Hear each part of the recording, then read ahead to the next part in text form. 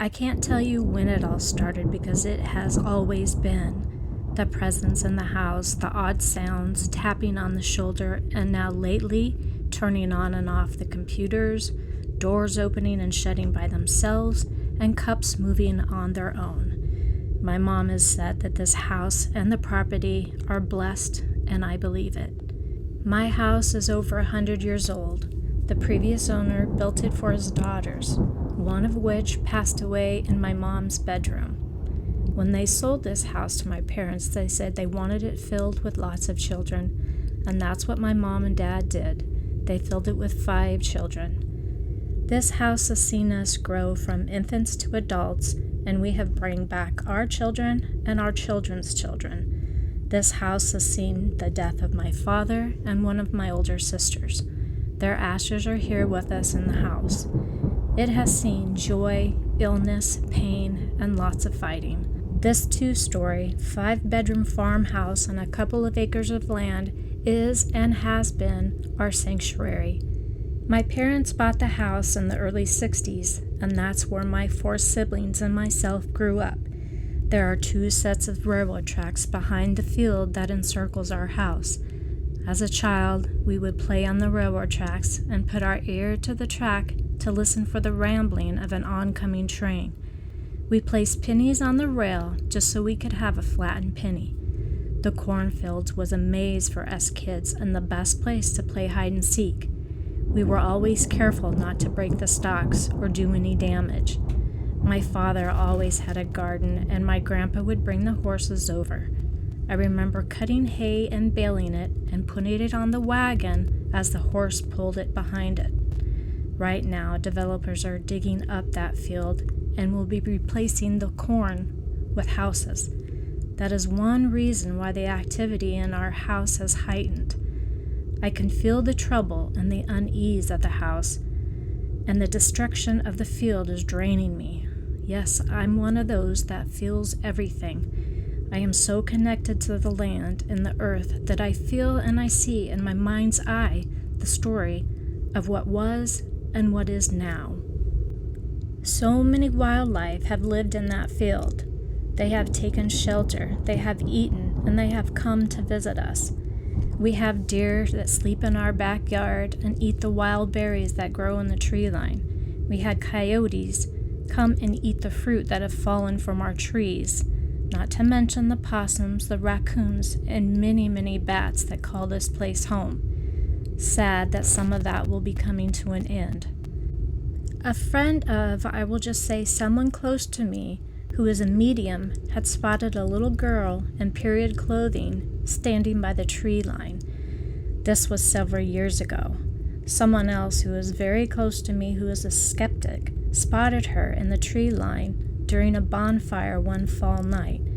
I've always wondered where she came from and why she is here, because the sisters that lived here before us never had any children.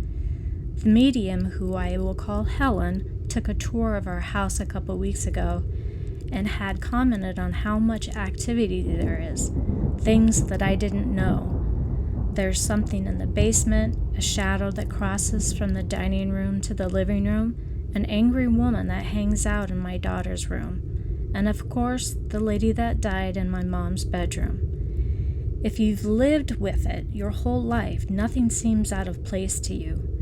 I just want to get this straight, that there is nothing threatening in this house, and it has and always be a place of refuge. My daughter sent me this article about a train wreck in the 1800s that happened just a couple of miles away from the same track that runs behind our house. I knew about it before, but now things make so much more sense after reading the article. This is what it says. 1877 train crash, worst in Des Moines area. A tremendous storm raged in the black night as a Rock Island liner train rolled through eastern Polk County on its way to Des Moines. Dr. George Hannawalt, after whom a West Side Des Moines school is named after, was asleep at home. He had no inkling that soon he would be working desperately to save lives. The 7-car passenger train included 2 coaches, a sleeper, a mail express car, and an advance car for the P.T. Barnum Greatest Show on Earth circus. The date was August 28, 1877. The circus was scheduled to show in Des Moines in a few days. Landscape covered. So much rain had fallen by 2:30 a.m. that the landscape was covered with water. More important, usually little quiet, 4-Mile Creek had become a torrent. The Rock Island crossed the creek 9 miles east of Des Moines and 1.5 miles southeast of Altoona. The track looked all right to the engineer John Rorschach of Stuart, Iowa, as the train started crossing the bridge. He had no way of knowing the swollen water had torn out the stone support anchoring the bridge. The engine suddenly lurched and sank as the rails gave way. The engine plowed ahead and came to a crashing halt, partially buried in the west bank. The passenger cars and the circus cars smashed each other as they toppled into the creek. 17 people were killed, including engineer Rorschach and 7 circus employees. 38 others were injured, 3 of whom died later. The death toll of 20 still stands as the greatest loss of life in any Des Moines area railroad track wreck. Scalded by steam. One of the victims was Allie Bolt, a 7-year-old Boone girl. Her father, a Boone druggist, was also killed, but her mother survived. Circus man Charles Browning escaped death by grabbing a tree as he was swirled downstream. He had been badly scalded by escaping steam from the locomotive, but lived. Locomotive fireman Abram Trucks somehow was thrown clear on the west bank and was virtually unhurt. He staggered away in the rain seeking help. The sleeper stayed on the track, and passengers in their nightclothes ran back to Altoona for assistance. Rescuers hurried to the scene, including Doctors F.E. English and W.H. Booth of Altoona, to take care of the injured and get them to a cottage hospital in Des Moines as fast as possible. Dr. Hannawalt took care of the hospital and labored long with other physicians for many hours, ministering to the victims.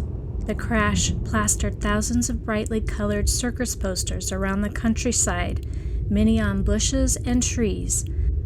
A number of the victims drowned in the creek, which was estimated to be 20 feet in some places. Others were crushed to death. The mail and the express car landed on top of the Barnum car, grinding it to matchwood. 2 passenger cars were so broken up that rescuers weren't certain at first whether they were working on 1 or 2 cars. There was only 3 feet left between the roof and the floor of 1 car. The train might have come to grief even if it succeeded in crossing the little 4-Mile Creek Bridge. A second Rock Island bridge closer to Des Moines was washed out that same night. I think this is the little girl, Allie Bolt, that has been seen in our yard and by the tree line. I feel so sad to think that she has been wandering the tracks looking for her mother who survived the wreck. I like to think she was drawn to our property because of all the children who have lived here and who still do. Most days there are kids playing, laughing, or just running amok around the yard. I like to think that gives her comfort, as she might be stuck here looking for her mother.